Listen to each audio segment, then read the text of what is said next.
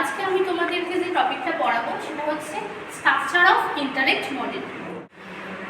USA southern California বিশ্ববিদ্যালয়ে Guilford এবং তার সহযোগী কর্মচারী যারা ছিলেন তারা একটি সাইকোলজিক্যাল ল্যাবরেটরিতে একটা রিসার্চ করেছিলেন।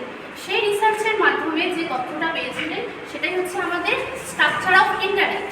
একে শর্টকাটে বলা হয় এসওআই মডেল বা ট্রাই ডাইমেনশনাল মডেল বা 3D মডেল। এর কিন্তু অনেকগুলো নাম আছে।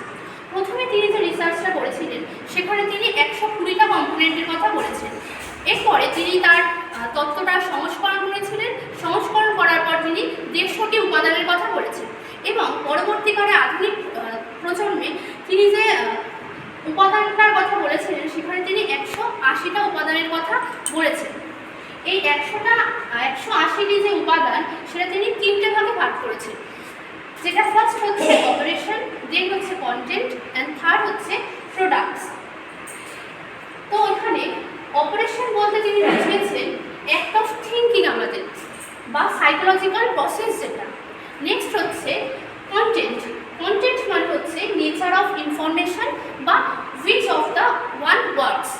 দেন হচ্ছে products, outcome of working of operation of content. এই যে তিনি বলছেন যে আমাদের যে বুদ্ধিমাত্রা সেটা হচ্ছে 3 মাত্রিক, একমাত্রিক নয়, যেটা কিনা আগে বলা হয়েছিল। এবার আমরা এই 3টে মাত্রাকে আরও ডিটেলসভাবে পড়ব। ফার্স্ট হচ্ছে অপারেশন।